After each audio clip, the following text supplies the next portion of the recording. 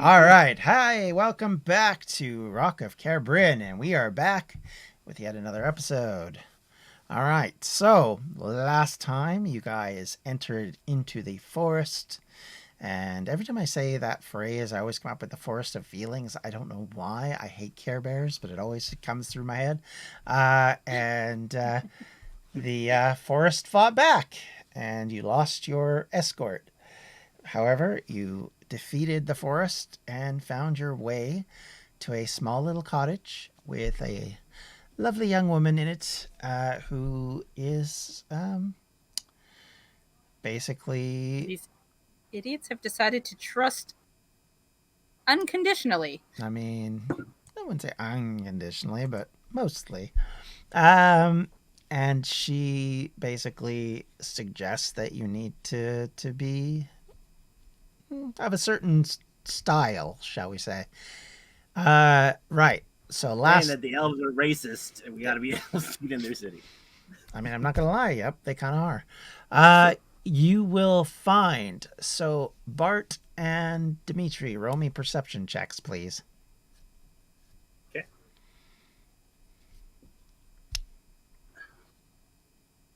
Wow. Okay. Cool. Right. I Well, can see everything from out here.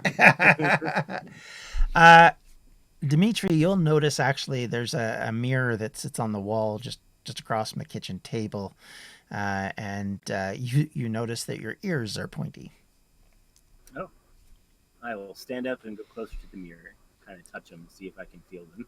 You can sort of. It's almost like a phantom feeling, like as if you had lost a leg and you still thought it was there. Like in the fact that they feel like they're there, but as you touch, you don't really hit anything at the tip of the point. So like I feel them with my fingers, but I don't feel my ear being touched, basically. Almost the other way around, I would say. But yeah, Okay. pretty much. And your eyebrows are a little bit more pointed, and your facial features have been smoothed out a little bit. And more or less, you look a lot like the other two. So I'll turn back and I'll say, "Nice job, Hmm. very interesting." And she nods. And Bart, as you are nowhere near a mirror or can't really see anything, you notice that your ears feel slightly larger, but that's about it. I'll kind of just touch my ears a little bit. I mean, Uh, they feel human to the touch. Did you do something? Just made you more accessible to the area, dear. That's all. It's a Okay. precaution. According to the treaty that was signed many hundreds of years ago, before I was born, that's for sure, the you're not allowed in to this particular neck of the woods. Okay, that's fine. So this is a way of getting around that. You'll Without just see Pri in the background rolling her eyes. She looks over at you and says, "I didn't touch or even pretend to touch you, my dear. I know Good. your parent must have made a very hard decision for you." And Yeah. Go spilling my info around. I was Thanks. gonna say, can I roll an insight check on that? you can. See if I know what that means. I mean, go ahead. I want to yell back. How long will this last, or is it permanent? She says, "Only for the duration of the time you spend in the city." Okay. Okay, so Wouldn't do you much good out in the human lands. Austin, I'm going to send a message to you in Facebook.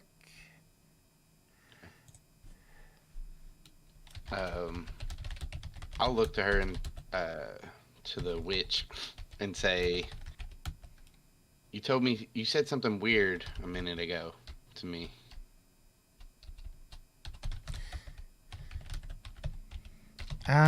She nods and says, it's been a while since you've been on the other side, hasn't it? It has. You must have been very young. I was, but you said I don't know what I look like, and I look over into the mirror that Dimitri looked in, and I nod to it. I know what I look like. I'll kind of look at her and look at him. I think what she means is you don't look like a typical Jessen. They're usually very pale skinned with dark hair, and you're almost the opposite. I look to. All right, I think I might be confused here. John, me and you, I think, talked about this. Mm-hmm. The Jessen are what I am. They are different than the Prashina. Yeah, they are. And this lady here is not a Prashina. She is a Jessen. So I wouldn't know she's a Jessen. You would not know, no.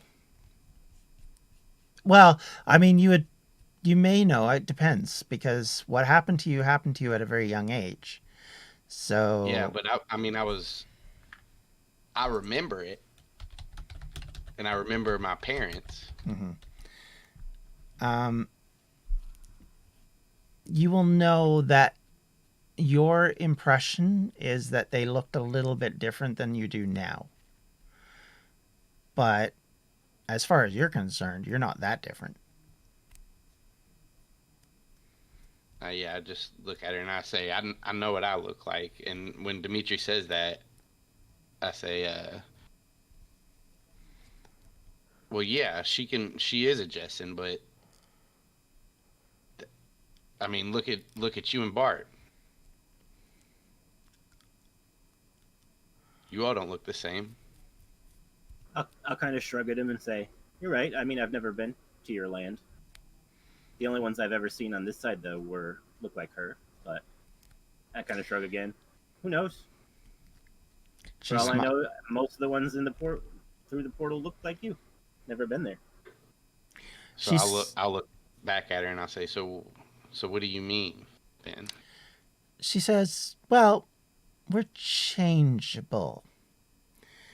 We don't have to look a specific way, but a lot of our people are kind of stuck up, and they kind of prefer this way. I myself haven't been back there since I was a very small girl. I mean, probably 400 or 500 years ago now. Well, that's not a place I want to go back to. She nods, but she says, well, you're not trying to get back there now, so I wouldn't worry too much. The Elvar don't really care how anybody looks as long as they're not breaking the treaty.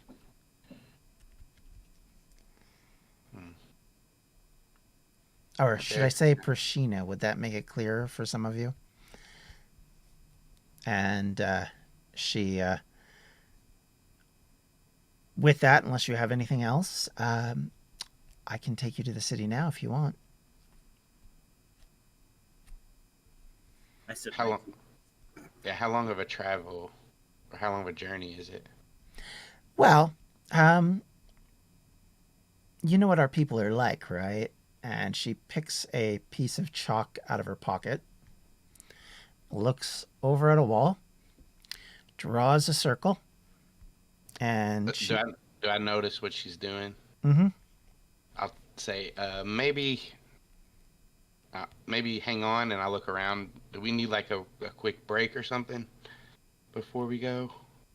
I mean, that's up to the rest of you. Yeah, I look to Dimitri and Pri. Did this count as a short rest or no? Oh yeah. I was just sitting down, so. Yep, it's a short so rest. You've been there for a bit. You've had tea, for heaven's sakes, so you've been there for a bit. I'll say I'm good, but if you guys need some time. Oh, by the way, Pri, if you want, you can use any. You can get yourself leveled back up as far as your hit points go. It's up to you, though. Yeah. You don't have to if you don't want to. If anybody wants to spend hit dice, I have my Song of Rest ability. Improves them. 1 sec. Yeah, I'm going to use one. All right.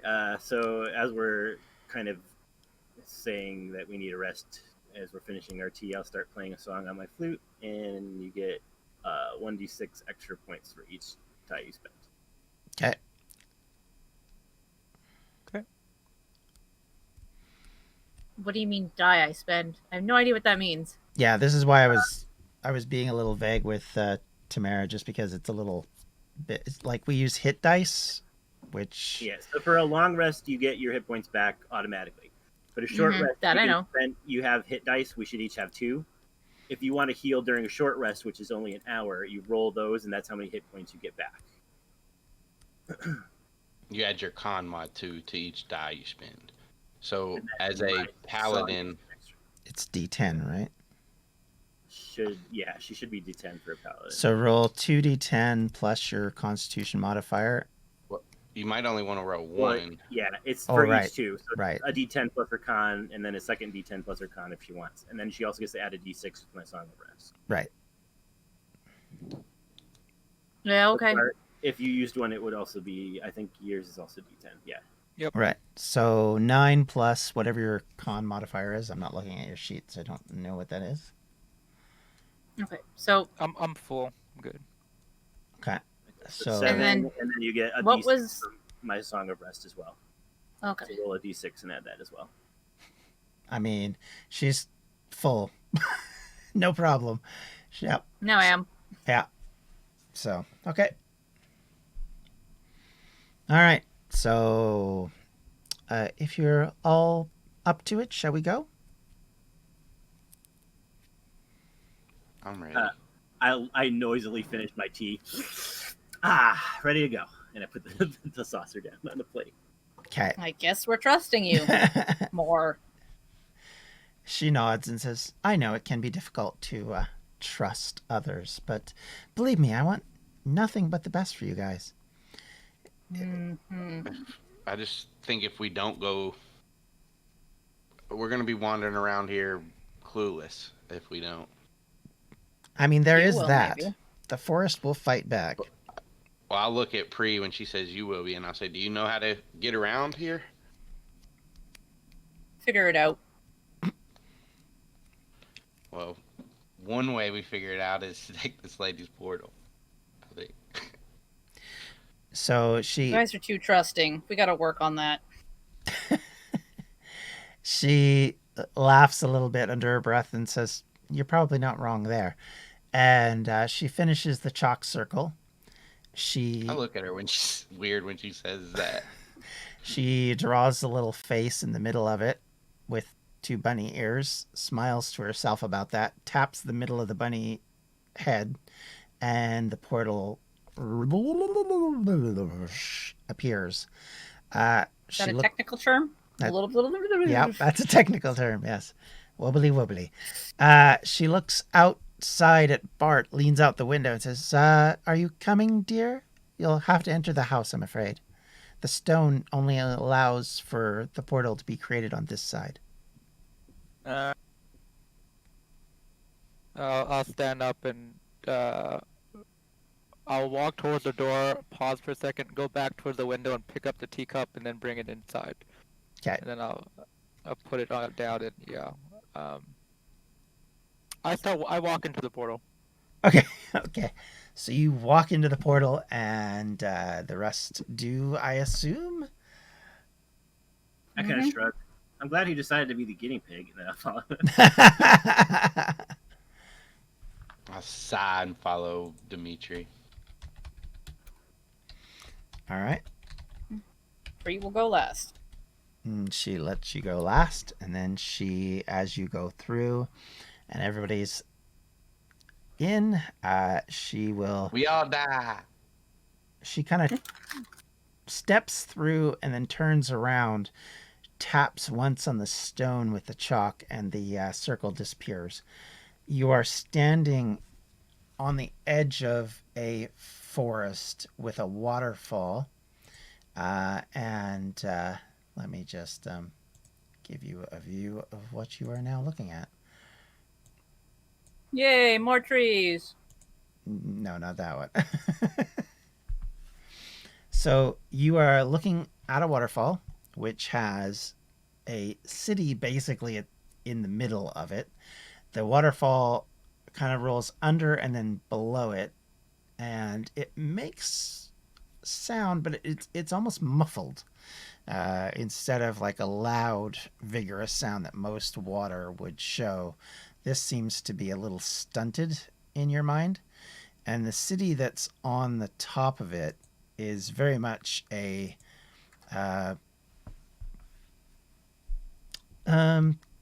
luxurious looking, I guess I would describe it. Large towers that look almost to be built from trees, like you what you'd imagine a tree would look like if it was fashioned into a tower, as opposed to being cut down and put up. And it there's just dozens of them everywhere. There's domes in the top of some of them, again, kind of fashioned from wood. They're kind of spiraling, and there's bridges that go across, and you're kind of standing near one which enters the city. And at the top, you see what looks to be a temple structure and what looks to be a more palisade kind of building. And you see, like I said, basically a massive waterfall that flows around it and appears to be manipulated to sound less loud. And she looks at you all and says, "Well, that would be Elvar. Welcome." And she very quietly says, "And you're the first humans to see it other than a memorialist, probably since the age of the arrival of the Westerly men." It's impressive. Memorialist is about as human as I am.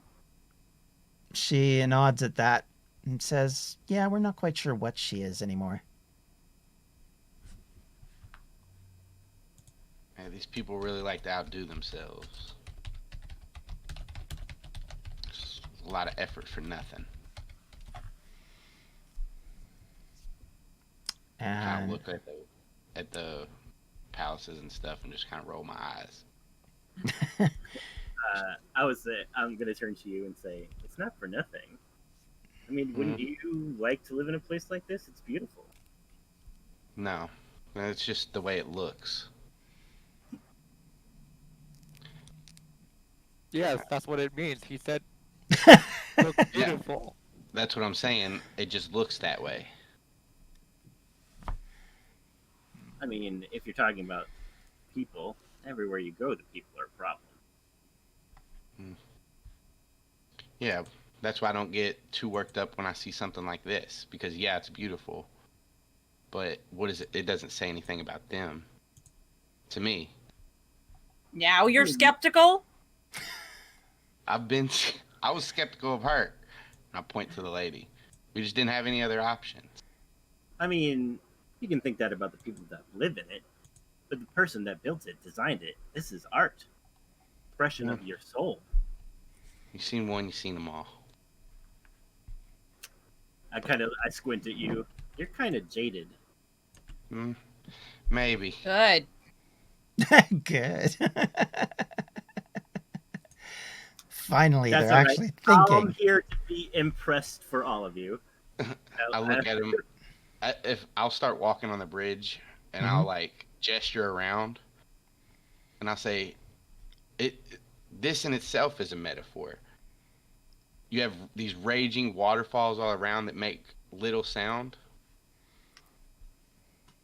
You know, it seems like they're not one with nature, they're hiding with nature. People are going to see these waterfalls and then they don't make a sound. I mean, why hide it? See what I'm saying? Just extra. And I keep walking. Because they're sneaky. I point I point to Shin and I say jaded. I point to Pri and I say cynical, and I point to Bart and say boredom. This is the best group of people I've ever met. And I start marching across the bridge too. And we're gonna live longer than you. And I'll point to you and say judgmental. We keep Ooh. walking. Ooh. Is the lady leading us, or She's walking beside you guys, yeah. Enjoying the entertainment. Yeah, a little bit. She escorts you across the bridge. As you reach to the other side of the bridge, you'll see what look to be military men dressed up in very elaborate green armor, standing at the end of the bridge. Roll a perception check, each of you, if you'd like.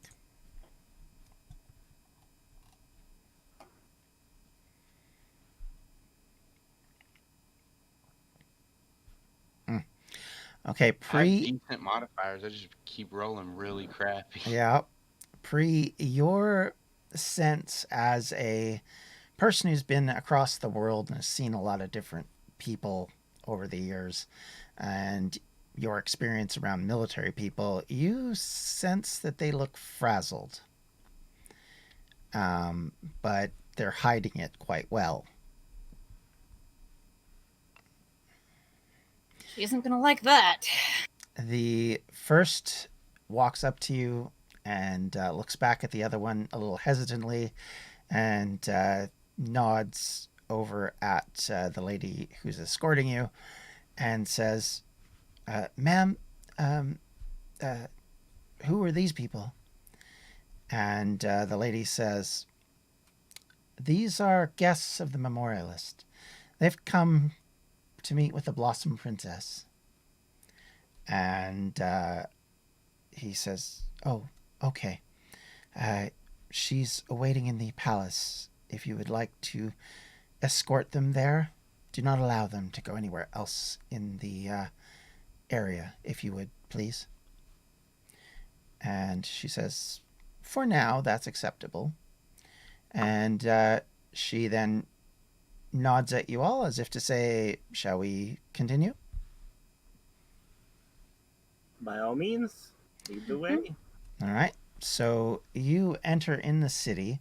There's a number of different platforms and things. There's a lot of looks to be busyness going on. And I will say again with Pre, you notice that people look a little bit more anxious than you would have thought for a place that looks so undisturbed. She's gonna kind of look around and unobtrusively loosen her sword in its scabbard. And So, quick question. Since Yep. I know now what their military people look like, can Mhm. I look around to see if I notice what I'm supposed to be looking for? roll a perception check, please. Okay. Since you 17. rolled really badly. Okay, so as you're looking around, you'll notice that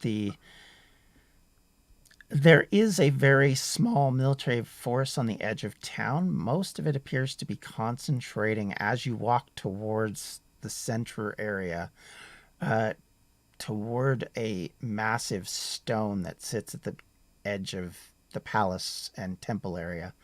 And you can see that several of them look like they're pointing weapons and armor built up much more around there, and there's not like nobody gives you the time of day. They don't look towards you guys at all. They don't look like they're in any way, shape, and form looking to prepare to leave the city. It looks more like they're guarding against something from the stone.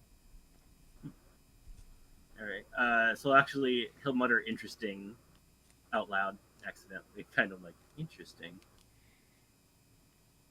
Okay.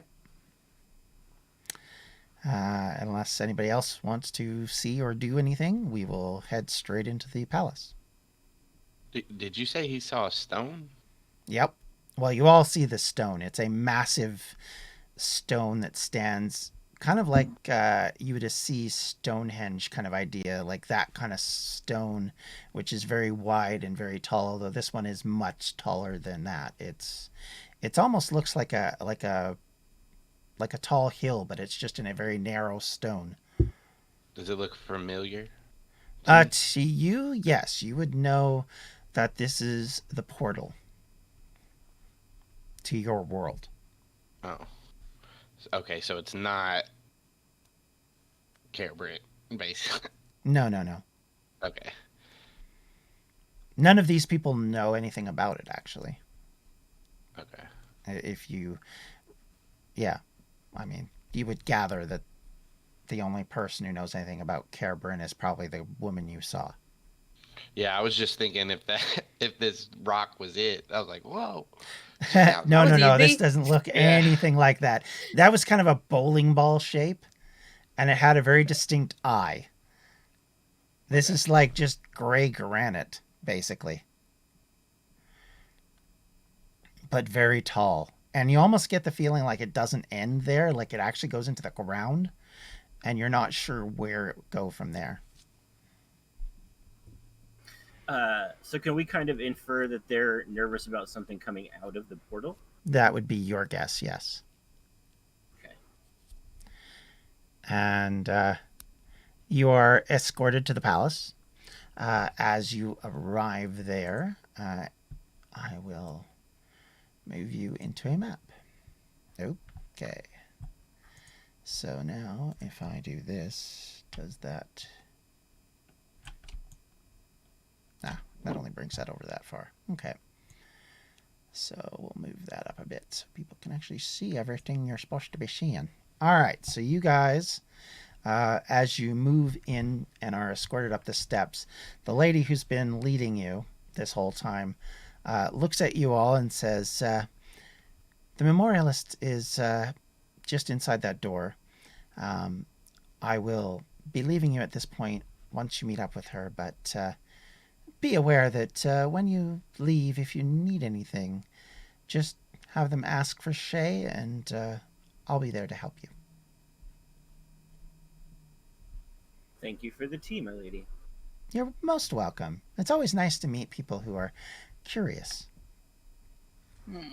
She smiles. Curiosity killed the cat. She smiles very much at Dimitri as if, yeah, I know who you are, pal. And turns on I'll her say, heel. Thank you for bringing us here. You're welcome. And I hope you find what you're looking for. Or at least put a stop to it. And she walks away. The door opens and a young man wearing a dark brown robe stands on the other side. And he goes, oh! And stuns a little bit and says, milady, they're here. And you see the Memorialist walk up to you and she says, you made it. I figured you'd be able to handle those creatures. Mm-hmm. They're the Yes, border we were. guards. All of us elves were able to take care of it. She nods and kind of brings her hand up to her face like it looks like she's probably chuckling, but you didn't hear anything or see anything. And her eyes kind of crinkle a little bit like she's been smiling, and she brings her hand back down and says, great, I'm glad you all made it.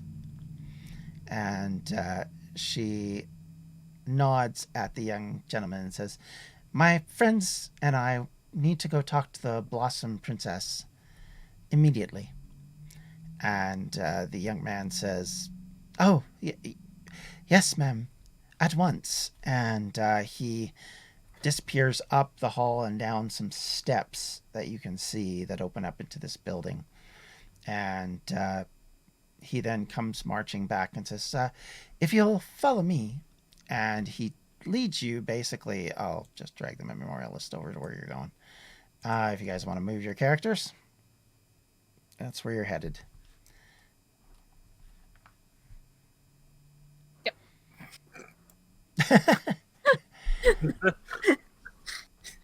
So you, as you walk down this set of stairways that opens up, you see a tree growing at the center of it has what looks to be a very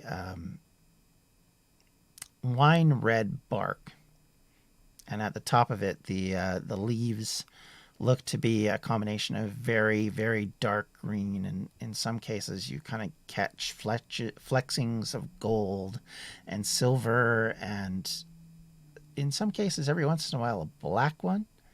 And it kind of flutters in between all of these colors periodically. And it looks like it's moving, but it's not, weirdly. And standing at the base of it is a woman who looks to be in her 30s, you would probably say. She is pale skinned, but not as pale as, say, the other person you met, but rather just very like she hasn't got enough sun.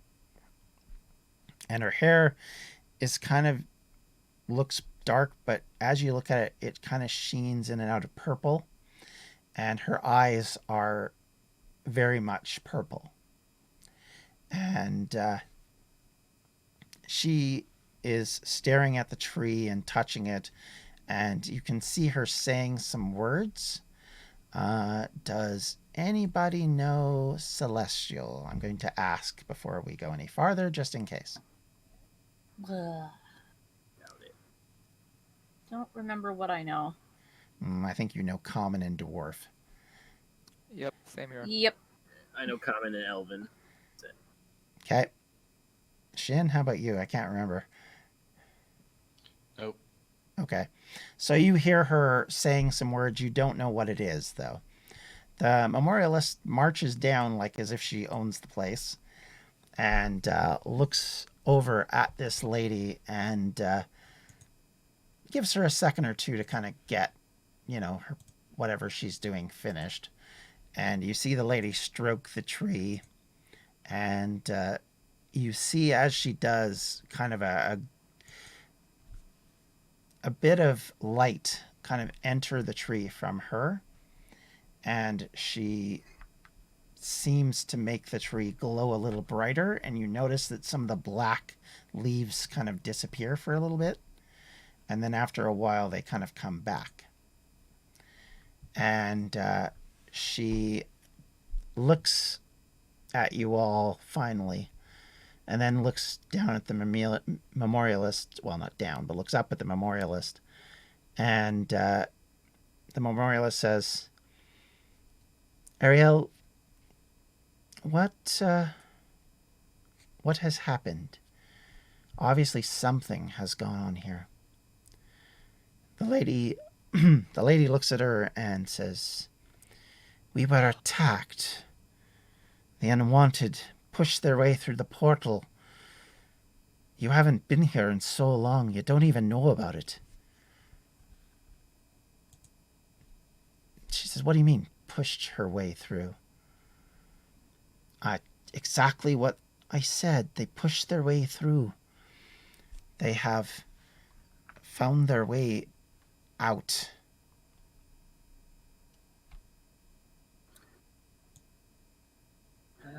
I'm sorry if I'm overstepping, but who are the unwanted? Roll a history check.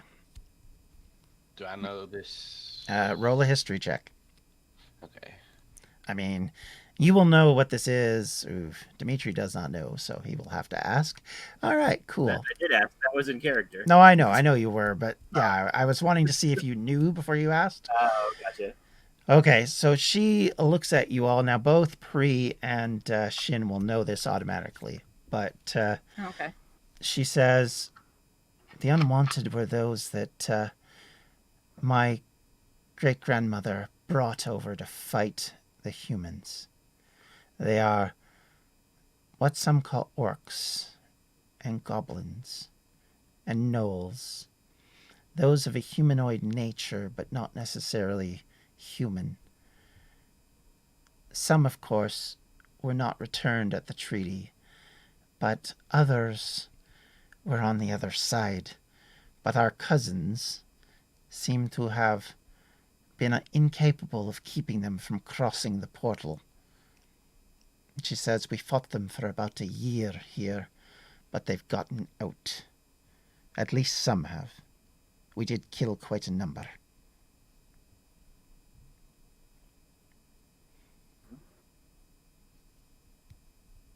And Maybe if you'd signed a treaty with them as well, instead of just shoving them through a portal. That's what Bree says, by the way. She says, "It was a foolish agreement that my great-grandmother signed. She was a foolish woman, if I'm honest. The only good thing she did was... Oh. The only good thing she did was to sign the treaty. Even if it did mean she had to spend time in Valegard to do it." How awful. Well, maybe not awful, but certainly not of her own free will. Mm-hmm. So, Bree is highly unimpressed with all of this. She knows what you are about immediately, but still sort of nods. Go ahead, Shin. so you guys sent goblins and orcs over, and somebody you didn't want came back through the gateway. No, not this time. This time it was them mounting an attack. They burst through the portal about 1.5 years ago. We've been dealing with them ever since, but there are some obviously in this plane anyway. But now there's more. Goblins, orcs, and gnomes. Oh my! Goblins, orcs, and gnomes. Gnolls, Oh my! Gnolls, not gnomes. Knowles. Knowles. So why Well, not? Priya is singing that, by the way. Uh-huh. Why not just close the portal? I mean, it wasn't opened by us, young man. Huh. The librarian so- would know more about it, obviously. And, Aren't you really strong? I look to the Memorialist. she looks at you and says, "In my own way, but I'm not allowed to intervene in everything. That would be wrong." And you get a sense from that she is deadly serious, and that obviously something went very badly for her to say that.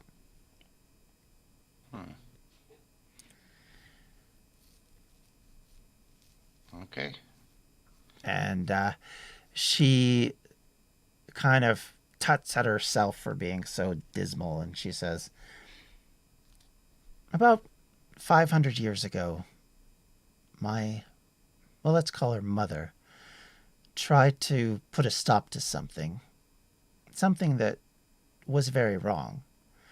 And people tried to burn her at the stake.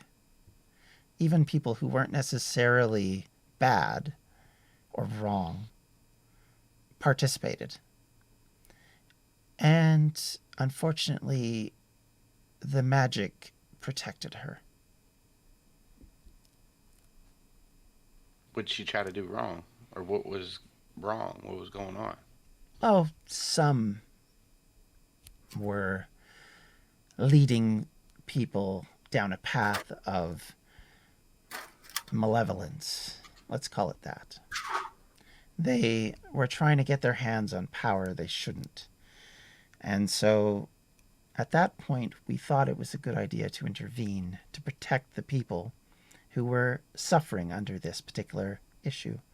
Unfortunately, those who were in charge were able to make it look like I was to blame.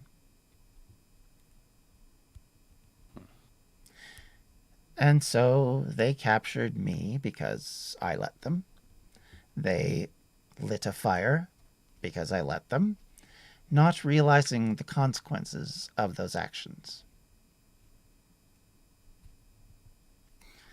I forgot how the magic works sometimes. And it worked far too well.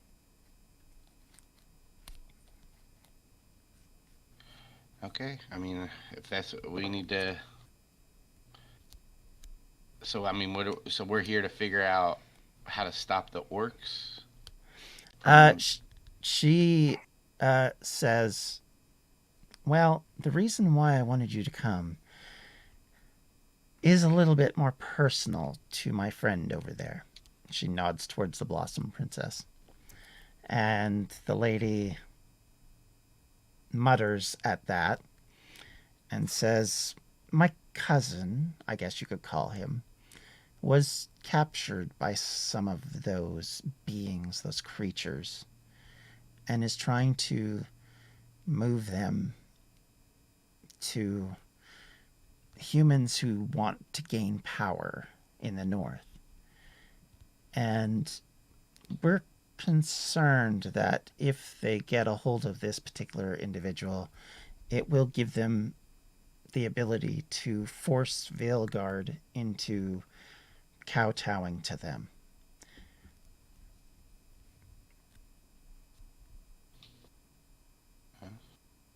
And it sounds like we need to get this guy. We need to find them before they do. Yeah. And she says, let me just scroll up so that I have the actual information I'm trying to give you. So we needed to come all the way here to get this information. She says, "Well, fine." And she looks over at a priest who's standing kind of off to the side and says, "Unveil their eyes." And you see the priest kind of huff and say, "Are you sure? It's dangerous." And she says, "It doesn't matter. They need to see. They need to know why we have asked for their help, why the Memorialist has chosen them after a fashion." And he says, I'm getting paid.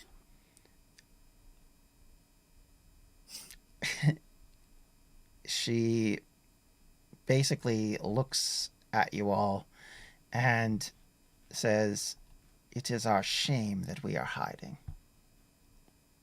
And with that, you see the cleric raise his arms up, and he expands them, like he closes them together like in a kind of a clap almost. And then he brings them out, and as he does, you see this massive silver light go from his hands, and it blasts out at you. And as it does, it's almost like you guys were like looking through a fogged mirror, or maybe some glasses that have fogged up, for those of you that have glasses, and you now see the reality. And around you, most of the building looks like it's been torn apart. And the tree that's at the center of all this still looks the same, but you can see that few of the limbs look like they're dead, and a couple of limbs are actually hanging down, and they look completely dead. And the building actually has holes in it that you can see out into the rest of the elven land, and where Elvar presented itself as being this beautiful jewel in an area of gorgeous display, it is torn apart, and there are holes in the buildings, and it looks like there had been fires. There's soot on the corners of buildings, and you see really what this war has done to this place. Free's gonna look at Dimitri. Yep, real pretty. Dimitri, he hears you, but he's looking around, and he looks at the tree, and then he looks around again, and you hear him whisper, "Well, I guess that's my answer, isn't it?" And after he registers what you say, he turns towards the Blossom Princess. Again, not to overstep, but did you ever consider? I know there's a bad history, but some of them are good people. That's why we call the librarian to help us. The librarian will know who to ask and who to reach to move things along, to help as much as they can. But the treaty, unfortunately, has tied our hands. We can't allow humans in, and humans do not allow us to go out. All of you, or at least some of you, will know that. The only ones that have been allowed out have done so in very specific circumstances, like we have with the Kingdom of Credion, because they settled so close to us.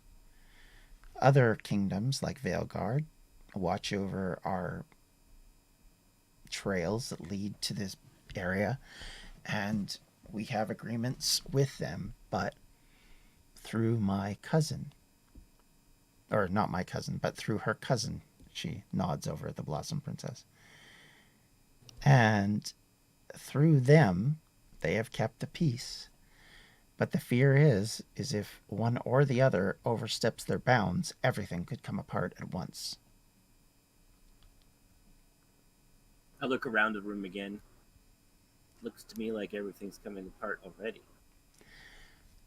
You see the Blossom Princess kind of lean up against the wall, and her hands kind of fumble in front of her, and she has a holy symbol in them, and she says, "It is only through the grace of her who gave us this place that we survived it all. And as long as we live, we will defend it. We will defend you as well. But we can't stop them if they get past us. We tried. We tried and we tried and we tried, and they just kept coming."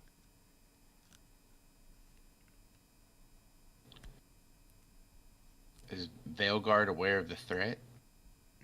They are now. Maybe there could be some kind of talks with their powers. You guys have the treaty. Until we get my cousin back, that can't happen. Stuff's starting to make a little bit of sense now. I look at the Memorialist and say, when I went looking for you, I knew that this was going to be a long journey, so I'm guessing that this is the first step. Well, maybe the second step in that journey. She smiles a little bit and says, "You have a lot of wisdom, young man.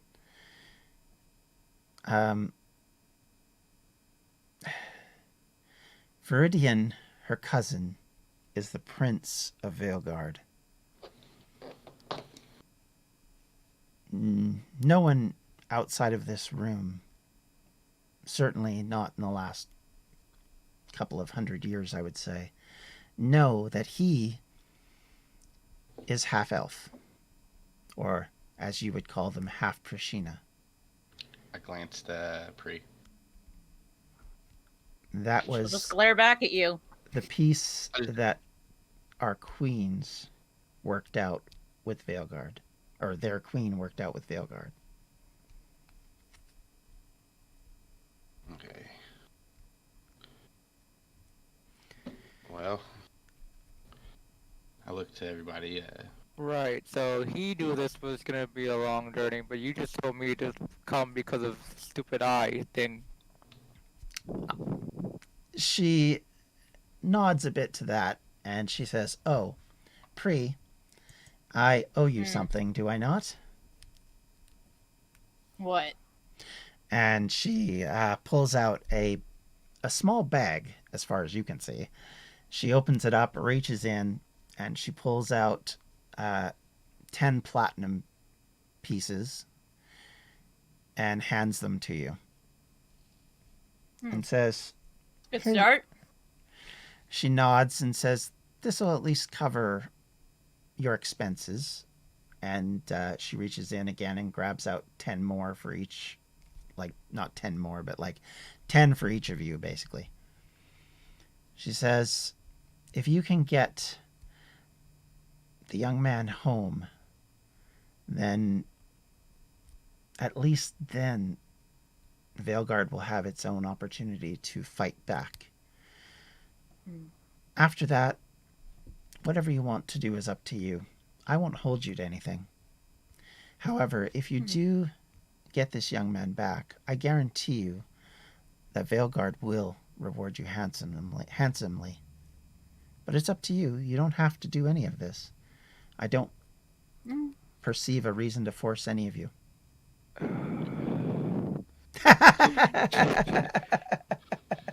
I don't want to ruin John. I don't want to ruin John's entire game. We're but- either gonna lose Bart right now, or he's gonna be with it for the rest of Yeah. I'll take off my coin. If it's even, I'll do it. Okay, Hey, look at that. Yeah.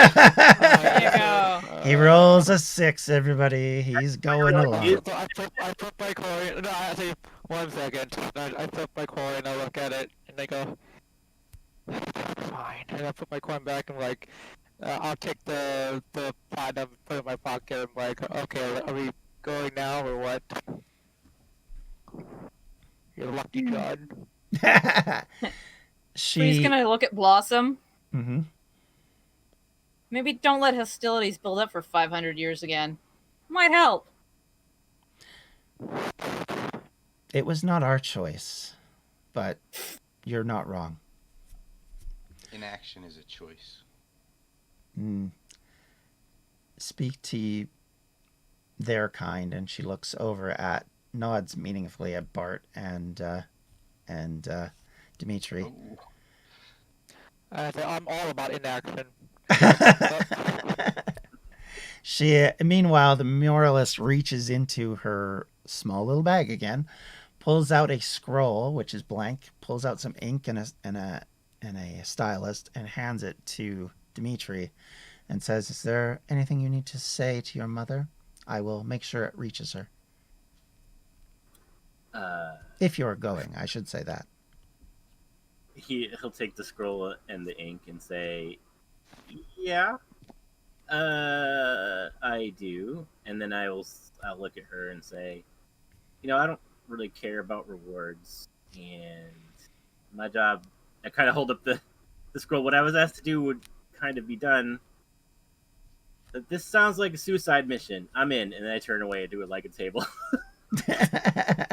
Nice.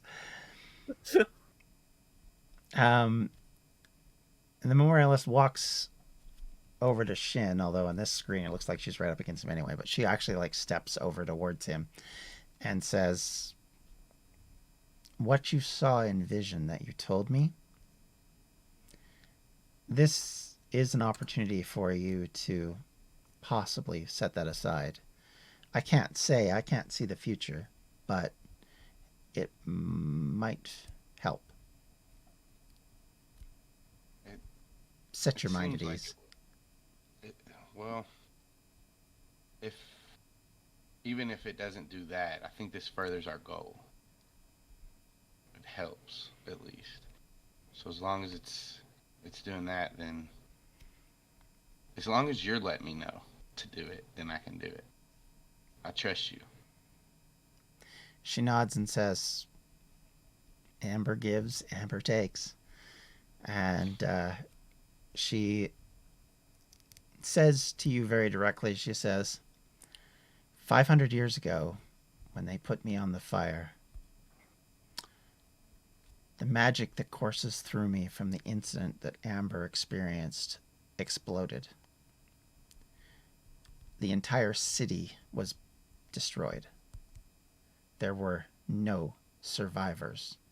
Men, women, children, everything. They were victims that didn't deserve what happened to them. That's why I have Gareth with me. Not to protect me, but just to keep that from happening again.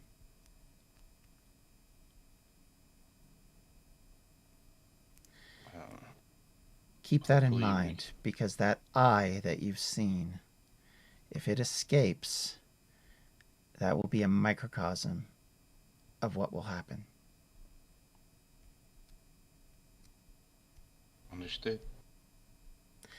She nods firmly and says, "If you hear anything in regards to that," and she hands you a small silver, basically it looks a little bit like a kind kind of a wire, I guess. And she says, hold on to this and send me a message. Do you know how to use this? Look at it. Have I ever seen anything like it before? You would know that it's been used for sending, the spell sending. Look at it and I'll say I don't know that spell, but I haven't. I know about it. She nods and says, you don't actually have to know it to activate this one. Just speak my name.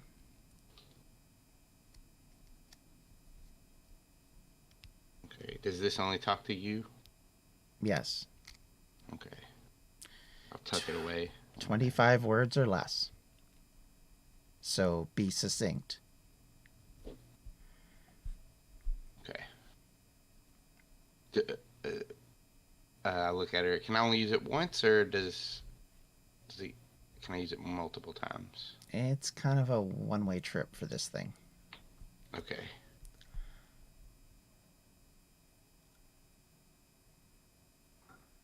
I took it away in my bag.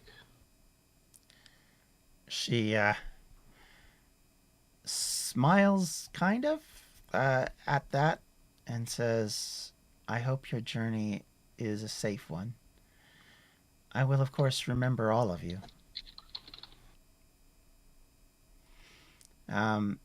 She does, however, say, Princess, do you not have something for the person over there, the angry-faced one? She kind of gives off a little bit of a grin. The princess kind of sputters a little bit at that, reaches into her dress, and walks over to Pri and says, I've been told by the librarian that this belongs to you, and hands you a ring. Pri's just gonna look at you like, what? I've been told we're related. And she says, this is the ring of Avant Aegis. It will help protect you in your travels. Wear it at all times. Yeah, okay. She'll just sort of tentatively reach out and take it. Okay, do you put it on? She's kind of looking at the Memorialist and the Blossom and around. I mean, they're looking at you for sure. Kind of waiting to see what you do. Are you curious? And I kind of move my eyebrows at her. Kind of trusting, aren't you? She's kind of looking at you. Want me to flip for it? No.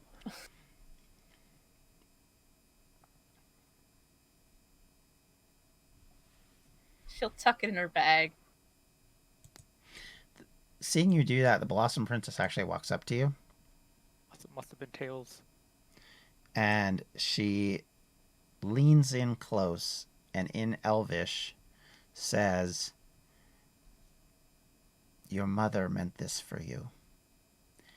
It is a protection. It is not a threat. It is not a problem.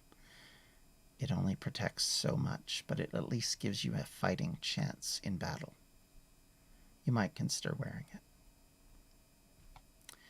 It would be a shame if your ancestors' efforts went to naught. And with that, she walks back and looks over at the rest of you and says, I'm afraid I don't have anything else I can give you at the moment, but certainly if you need anything before you leave, just ask and we will try and find it for you if we can, or if you need to, you can certainly go to the market. Your money that you've been given should help, and if it doesn't, let me know. You got a map of where we need to go? Something? You said that there... She says, we can get you to the edge of the forest, no problem, through the portal.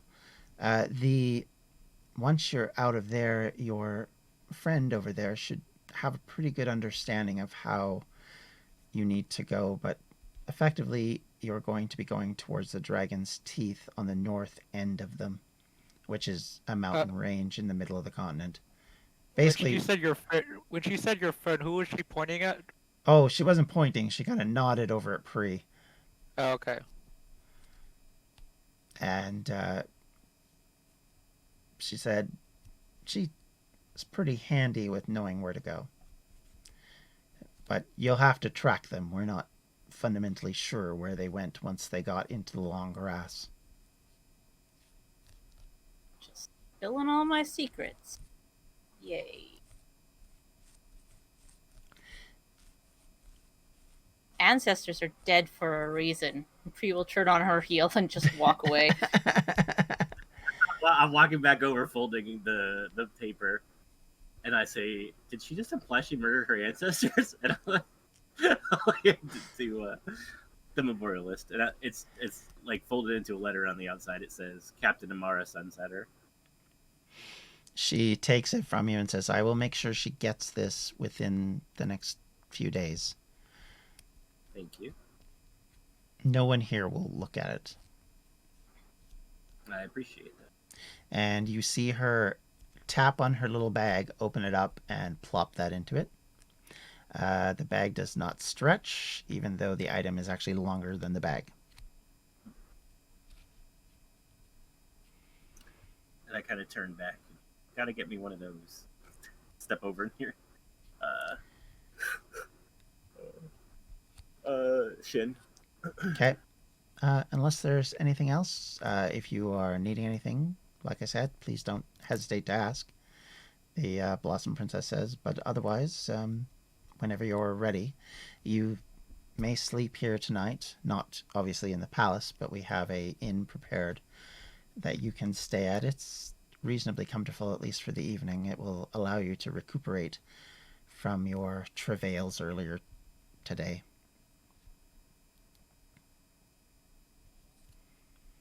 I'll look around everybody and say, set out in the morning.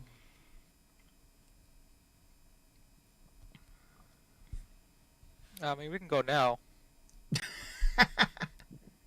I mean, if we're waiting till morning, we'd better tell Bree. I'll tap him on the shoulder. I think that, yeah, you should take care of that.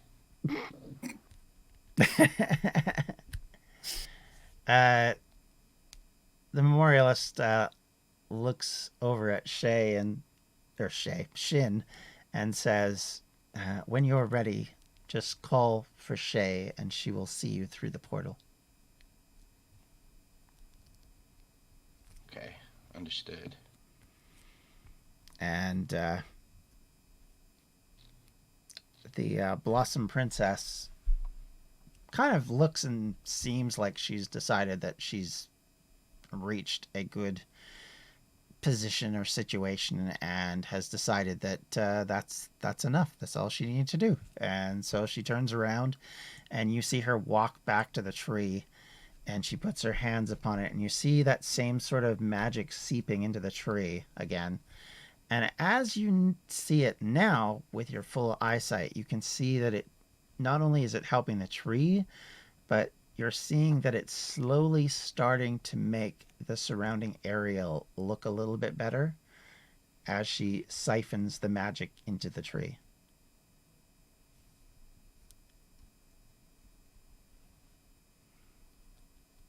As we're walking, I'll say to Bart, I wonder if all these people under this guise, or if they see the city how it really is.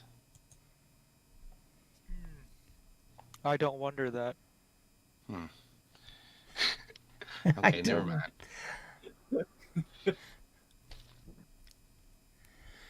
Is she leaving? I'm gonna point to Pri. I mean, she's walked around. Pri- Oh, Do you sorry. know where you're Wandered off. going? I start yelling at her. Do you know where you're going? Oh, she's not even there. I just didn't know where else to put her. She left. Left the building. Okay. So you wandered out the building, down the steps, and out to the main common area. You can see a temple, and you can see, buildings around. Some of them look worse for wear. Some of them look okay. Others look absolutely destroyed almost. And I don't know where you're deciding to head, or if you're just standing there fuming. Fuming, looking around, mumbling things like long-lived idiots. Mm-mm. I will say that the temple that you see is to the Bringer of Life, or Bidwin is her name. And it's very elaborate, and even with everything that's happened, it is the one place in the entire city that still seems to be okay.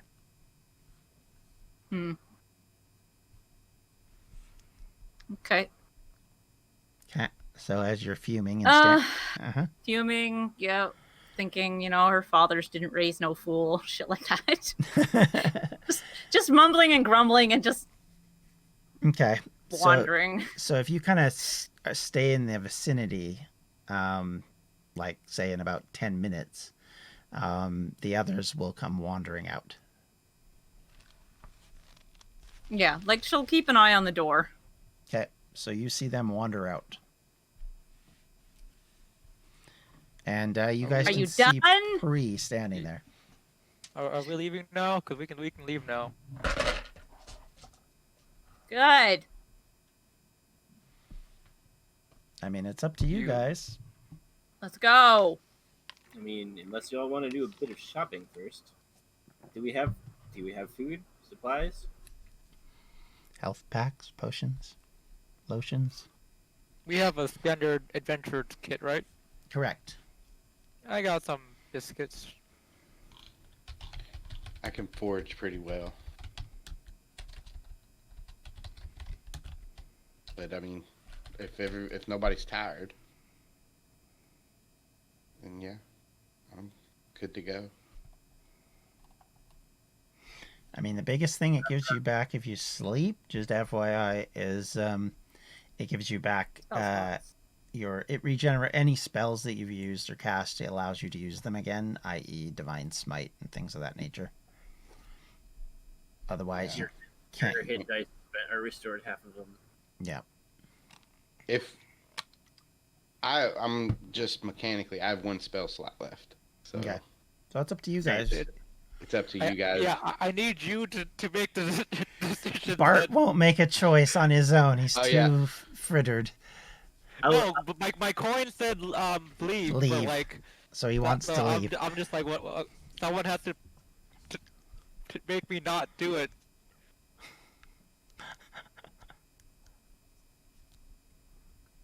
Or you're gonna have Just to. make up your bloody minds. I don't care either way. Wait, hold up. That's my position. Well, Dimitri, if you want to shop, I'll go with you to shop, and we can just stay, and we'll go in the morning. There's no use in us wearing ourselves out. Yeah. Okay. Fine. Is there someone around here that? Is there anyone else around here that I can just grab and talk to? I mean, there's you see a lot of common folk wandering about, and there's merchants off in the other side of the common area. Is the Memorialist still with us? No, she stayed with the queen, with the Blossom Princess. I go back to the room and I say, "What's the name of that inn?" And she nods and says, "It's called the Elvar Inn." Thank you. Of course it is. I walk back out and say, "All right, I'm going to the Elvar Inn." And I grab a comment. I'm like, "Can you tell me where the Elvar Inn is?" The person that you kind of grab startled a bit and says, "Oh, it's just 3 blocks that way, just down that podium area." Thank you. And then I start walking over there. Then. Okay. Pri will sort of mumble, "I'm gonna find more pointy things," and head towards the market. Okay.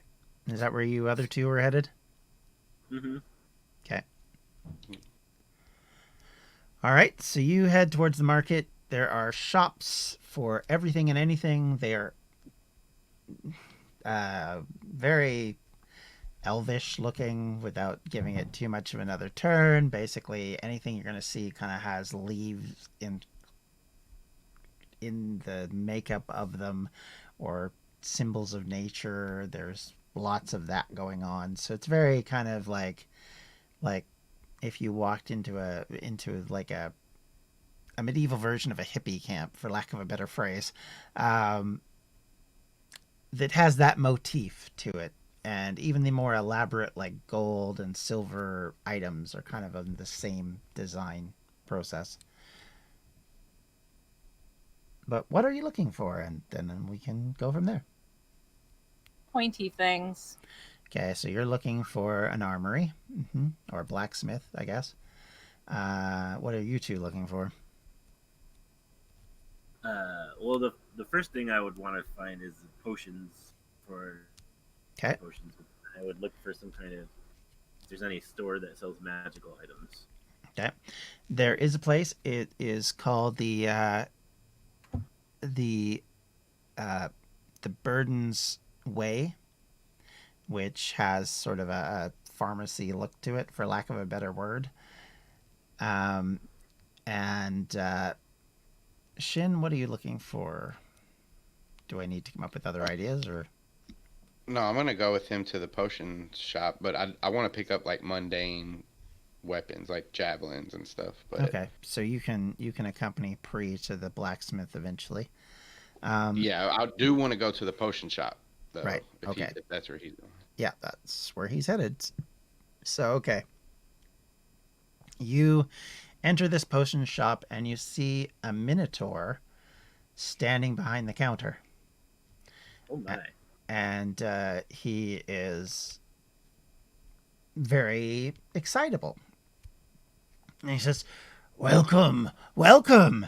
It is wonderful to see company coming. Can I assist you, gentlemen, at all?" I'm assuming that Minotaur, like, I probably have never seen a Minotaur. They're not normally... No. You guys, neither one of you necessarily have ever seen one. Then I am openly staring with shock on my face. I'm like amazed at him, but I'm showing it less because... I mean, you've seen weirder things, so there's that. Fear that, like, weird. Mm-hmm. I mean, this is a, for those that might not know, is a half bull, half man that's standing about 11 foot tall, basically, and his horns kind of almost hit the roof. And he looks down at you both, and he says, "Oh my! I guess you haven't met me before?" He quizzically asks. I realize normally we're not really allowed, but I have special dispensation.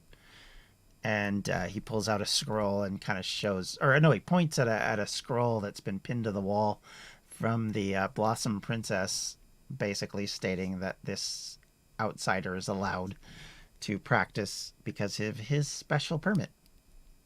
If you had some dispensation, you should take some Pepto-Bismol.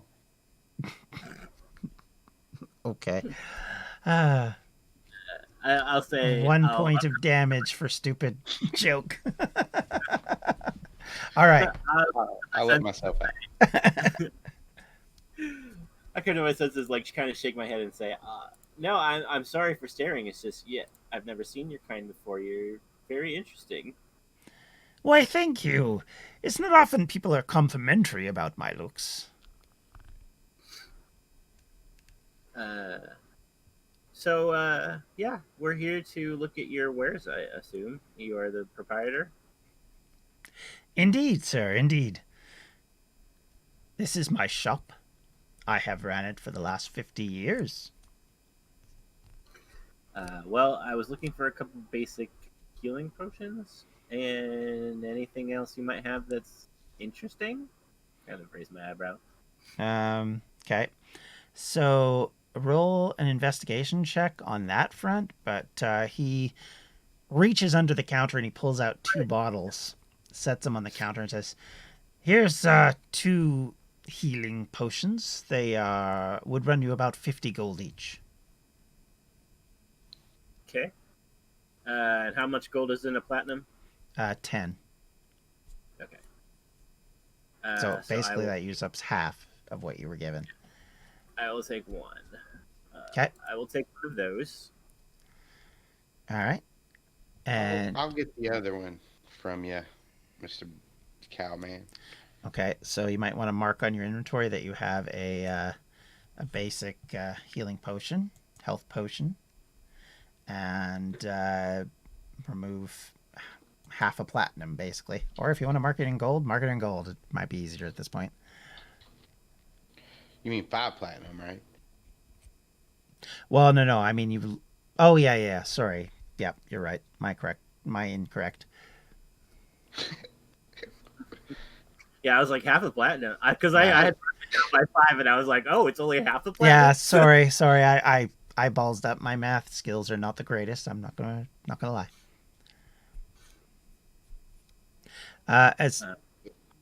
Oh wow, you nat 20 on the investigation check. That's not bad. Okay, so in looking around, you can see that he has like holy water and bottles of like both like throwing holy water as well as stuff you can pack away and use to dip things into. He has all sorts of healing potions as well as like poisons and what looks to be a purification agent. And he has a number of what you would guess would be magical items strewn about the store. Like there looks to be a sword here and a bow placed on the wall, which looks to be sort of in a pride of place kind of idea. And then he has like displays of various other potions and things. I'm gonna like lean over to Dimitri and whisper to him, and I'm gonna say, maybe let him know we're working with the Blossom Princess and the matriarch. And then I'm gonna tap him on the shoulder and cast guidance. Matriarch? Madrian. What is it? Madre. Mother. I mean, mother works, but the Memorialist is probably what you're trying to go for. Yes. The Memorialist and the Blossom Princess. Is it Blossom Queen or Princess? Princess. Yeah. And I'll tap him on the shoulder and cast guidance. Okay. So I'll turn back to the mentor and say, we are, and I'll kind of lean like close, like I'm being confidential, Mm-hmm. on a secret mission from the Blossom Princess and the Memorialist. Wondering if you might have anything special squirreled away that could help us with that. Well, I mean, there's a number of things you might be able to use. I have potions of water breathing, potions of heroism, potions of clairvoyance, animal friendship, sharpness. What are you looking for?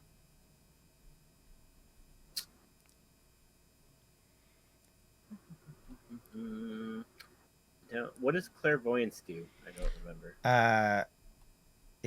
When you drink this potion, you gain the effect of a clairvoyance spell. An eyeball bobs in this yellowish liquid, but vanishes when the potion is opened. Right. I will look up clairvoyance really quick. Clairvoyance is basically what it does is you create an invisible sensor within range in a location familiar to you, a place you visited or seen before, or an obvious location that might be unfamiliar to you, such as behind a door or around a corner or a grove of trees. The sensor remains in place for the duration and can't be attacked or otherwise interacted with. When you cast a spell, you choose seeing or hearing, and you can use the chosen sense through the sensor as if you were in its space. So basically, it's like a little, like, camera. Oh, I gotcha. How far does that reach? 1 mile. That's, I guess, the distance you can be away from it. That actually might be helpful with my line of work. I will take one of those. Ah, great. That's only 150 gold pieces. Well, snap my fingers.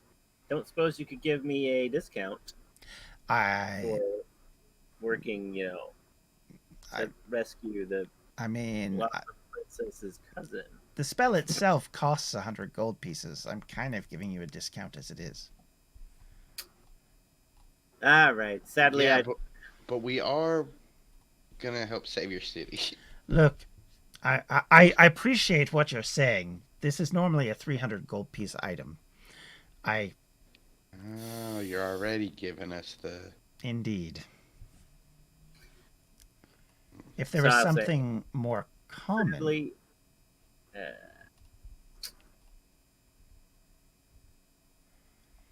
hmm.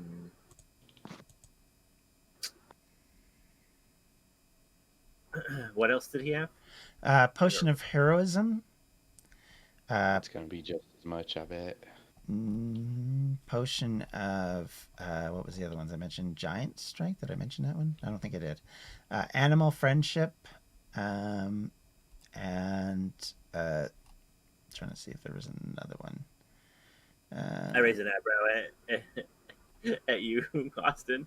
Animal friendship sounds like your bag. Yeah. How much is that one? Let me just have a look. It's about 75 gold pieces. We might need to come. This might be a little bit. We got our healing potions. I think we did pretty good. I don't have anywhere near that. Like, I can't. We might be able to get one more together if you want to, Dimitri. I mean, Pre has the money to buy this, but yeah. Prezac, I don't- crap. No, I know. I didn't say she would. I'm just saying. I don't know that. Maybe we should conserve some of our resources for later on in our adventure, Dimitri. Yeah, you're probably right.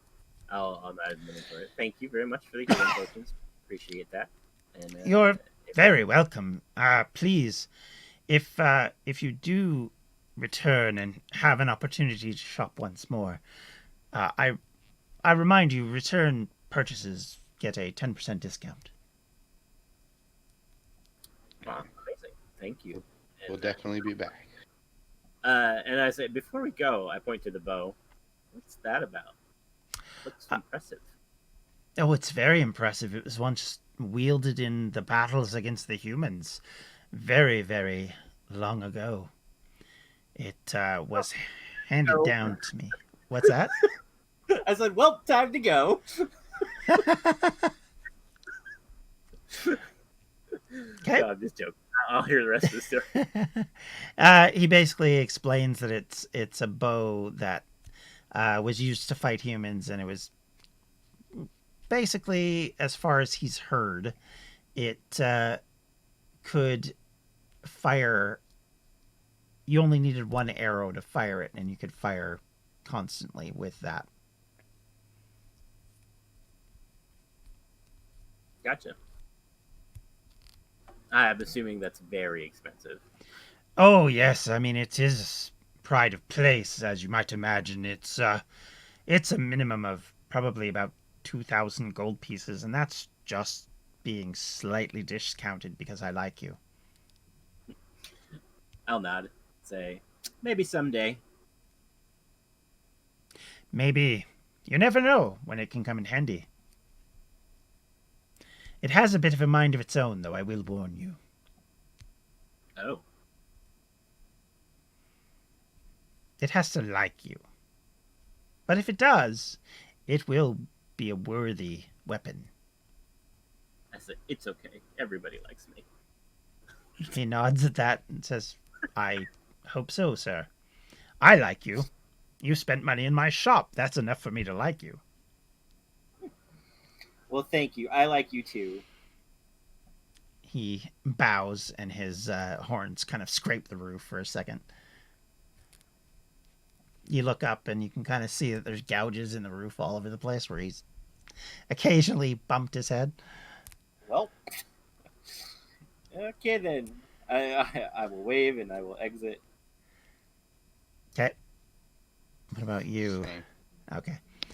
So Pri has gone off towards the armory or the blacksmith to find pokey things. She has arrived, and at the blacksmith, she will see what looks to be a giant, kind of like a half giant, I would say, using a great big anvil and a big sledgehammer to bash a sword into shape. But in front of him and at the counter is a small gnome who has a very jaunty top hat on, and he has what looks to be either the biggest glasses you've ever seen or some really, really funky looking binoculars on his face. And he looks at you as you walk in and says, "Hello there. How may I help you?" She's gonna kind of look at the jaunty hat and just close her eyes and sigh. Sharp, pointy things. What do you have? Well, we have javelins. They're always pointy and sharp. You can throw them, so they work really well. There is arrows. We also have various types of swords. They do have that leafish tendency. You can kind of guess that he doesn't appreciate the motifs that he's having to do, but nonetheless. And we also have a number of different more magical-oriented things which the wizards have allowed us to sell at a cost. Is there anything in particular you're looking for? Long, pointy sticks or anything like that?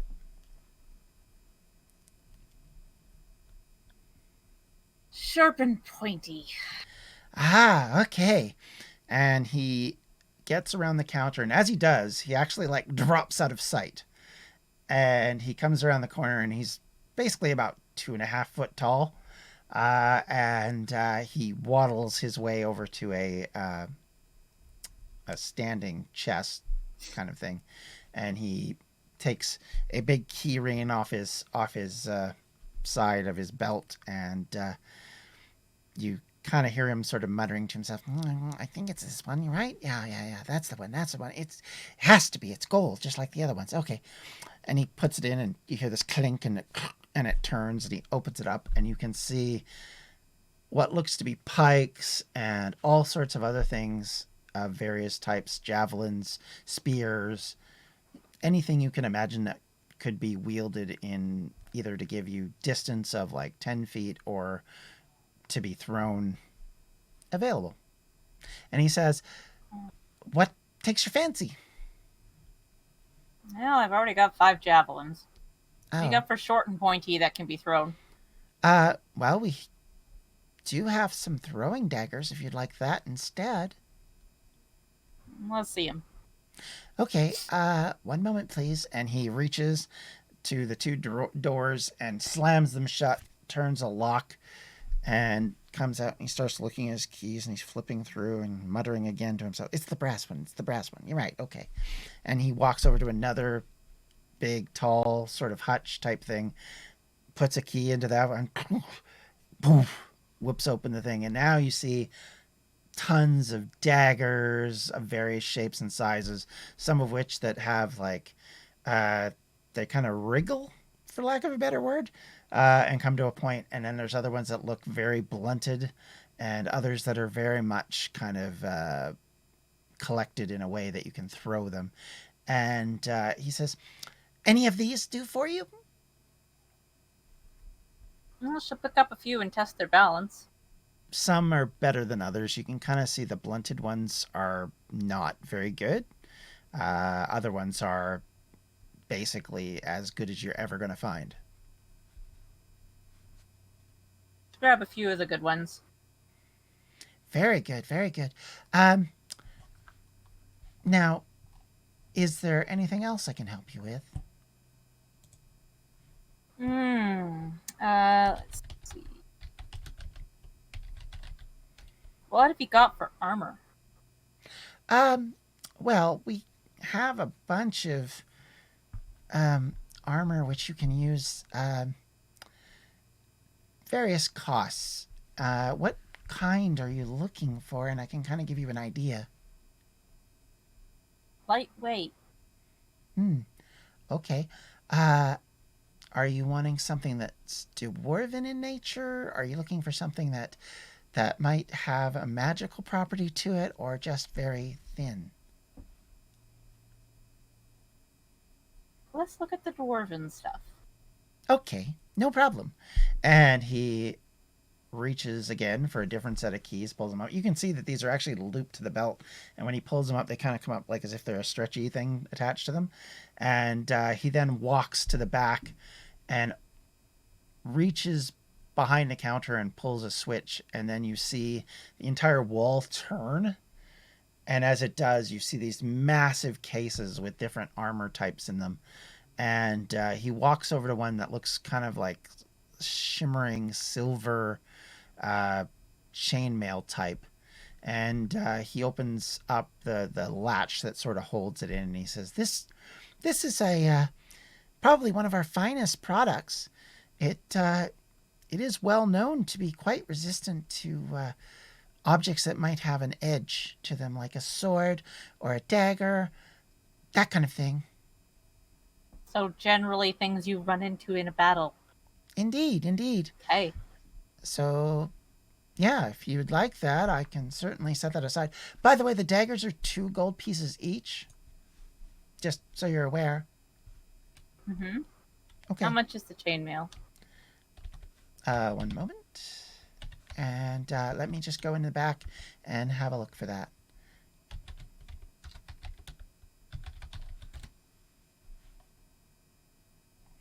And he wanders to the back. And Would this chainmail offer me better armor or not?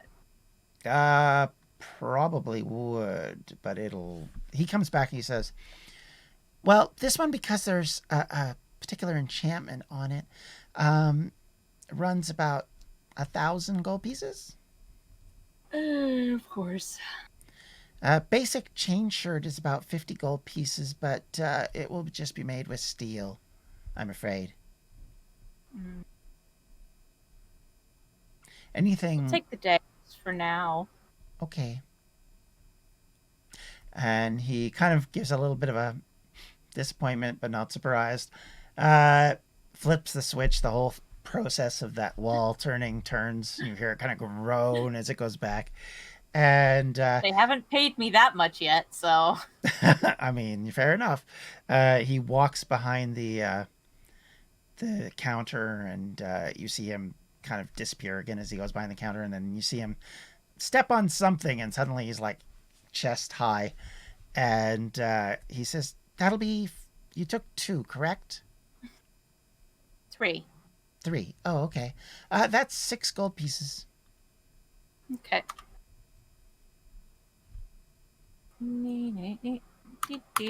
I pay him. Okay. He takes it. He says, if there's anything else we can help you with, I'm certainly willing to help out. I'm sorry, we're a little expensive on the magical items. You might understand they're kind of pricey. Dwarven material especially is very expensive because it's very uncommon these days to find a lot of it. Yeah, that's such a shock. I wonder why that is. She'll just sort of nod. Is there a place I can get provisions near here? Yeah, there is. Like, are you looking for food? Or are you looking for generally camping what supplies? Provisions means. Okay. Well, there is a shop just down the street. It's Hunkelbert's grocer. That would be the place to go to. Hunkelbert. get me out of these lands. All right. I'll leave and head towards Uncle Bert's. Okay. It's a very jaunty looking shop with lots of very gaudy display on the front of it as you walk in. And you're doing that. Of course. By the way, Shin, you have arrived at the armors. As you go in, you can see pretty much normal food. No meat, though. But any sort of Shocker. vegetable product What you a want. shock. I She know. is utterly and completely shocked. So basically, if you want to buy like a traveler's kit worth of food, it'd cost you about 3 silver. Okay. How many silver and a gold? There's 10 silver and a gold. And how many silver is this? 3. For just one kit? Yep. All right. She'll buy 4. Okay. So Which is 12 silver. for So basically a gold and 2 silver. 92 gold. All right. And 8 silver. Okay. Okay. So while you're doing that, Shin walks into the very same armorer. You see this little gnome standing behind the counter, and he's like, "Oh, hello, sir. Welcome to my shop." Hi.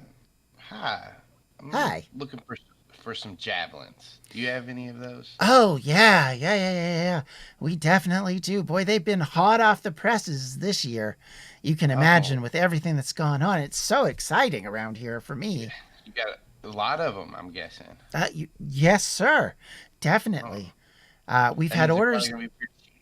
What's that? Well, does that mean they'll be pretty cheap? Maybe. Depends on what you consider to be cheap, sir.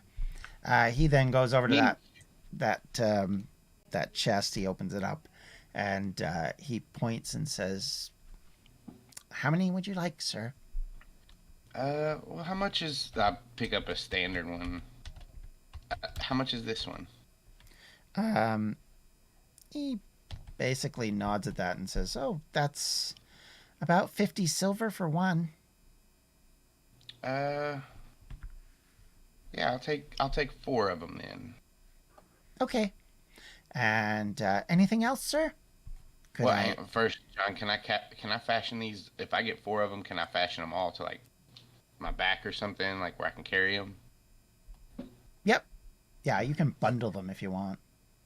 Yeah, and I'll get 4 of them. Now, you will know that this is very cheap for a javelin. So, that is something you will be aware of, because if you were to buy this back in a normal market, it would have cost you about 5 gold pieces per. Oh wow. Yeah. So he gets them ready, and he ties them up with a leather strap in the group bundle, and then hands it to you. If you want, I can throw in another attachment to allow that to sit on your back. Are you Please. interested? Okay. That'll be another gold. And he pulls out this buckling system which attaches it to your back. And it's unlockable by basically just reaching around and just touching it, and it comes out. Otherwise, you can just pull a javelin out through the top, and it'll come out without unbundling the whole thing. So that's 50 a piece for the javelins, and then 1 gold for the thing. Yep. All right, so I'll have to do some math, but yeah, I'll go ahead and mark it off. It's basically 3 gold entirely. Well, 50 silver pieces. Or did you buy more than 4? Sorry, you bought Mm-mm. 5, didn't you? So yeah, 2 gold I bought pieces and 50 4. silver. Or you bought 4. Well, then that's 2 gold, and then the other thing was 1 gold, so that's 3 gold. Silver, you said 50 silver pieces. There's 10 silver and 1 gold, so that'd be 5 gold pieces. All right. Okay. Boy, I'm getting my math really bad. You figured out, you know the math better than me, obviously, because I don't know my math. Apparently, I'll figure it out. I can't math. So, any which way. Okay. Anything else you wanted while you're here, sir? Can I Uh, interest you in a magical blade? Well, sure. Let me know about it. That Well, way, if I want to steal it later, I can. he opens up this thing with the various daggers and such, and he pulls out this one, and it's kind of twisted, and the handle has kind of a snake motif to it. And he says, "Well, this one here, this one is called the biter, and it will do extra damage to a person and poison them if you hit them with it. Very, very Can I, sneaky." can I see it?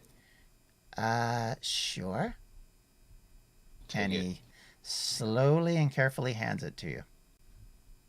Yeah, I do cool flurries with it. Okay. He watches you. Say how much? Uh, oh, I mean, it's probably about 800 gold, I'd say. Set it back down on the counter. A little too much for my taste right now. I apologize, sir. I shouldn't have enticed you. If there's anything else, While he's talking to Austin uh-huh. and he's got the case of the daggers open, can I sneak over and try to steal some of the regular daggers? You can try.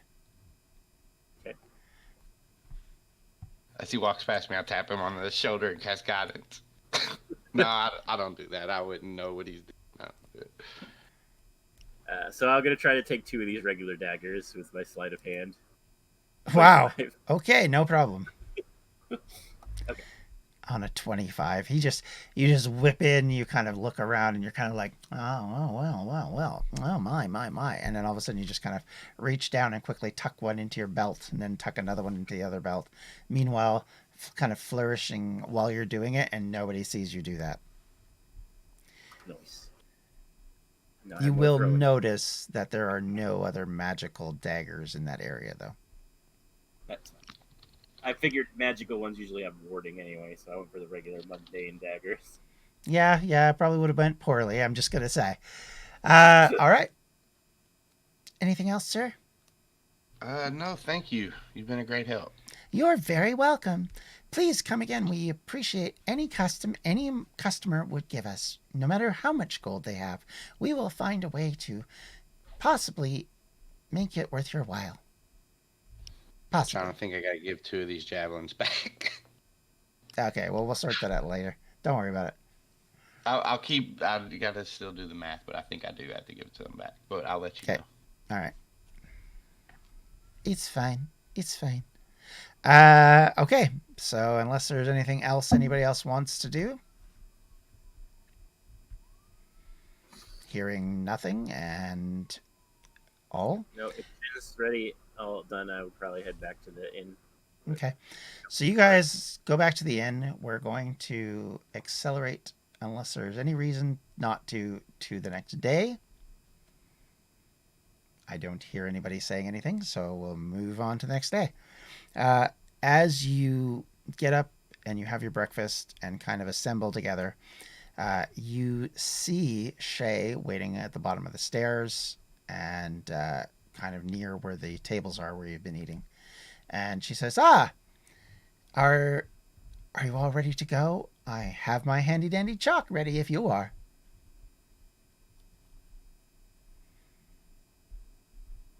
Is everybody here? I look around. Unless somebody says no, you are. Yep, Bart has Ready? spun his coin to get up yet. No, he's here. He said he's here, so he's here. I'm ready. All right. So she escorts you over to that big stone that's in the center of town. She draws on it a circle. You see the circle shimmer. Woobly-woo, woobly-woo, woobly-woo. And at the center, you can see is the edge of the forest leading to the great plain in front of it, which leads out to the rest of the world, in effect. If you'd like to step through, everyone. I stepped through. Okay, so unless anybody tells me they didn't, you all do. Yep. And as you reach the other side, you hear her say, "Good luck," and the circle disappears. And She didn't come. Nope. And you are all standing there at the edge. And as you step through the portal, those of you that had your fake ears now are just back to normal. And with that, we'll have to find out what happens next time. Don't forget to subscribe to the channel. You can do that here, and you can watch the latest video up here. And if you want to know more about what we do, be sure to check out distractionsmedia.com.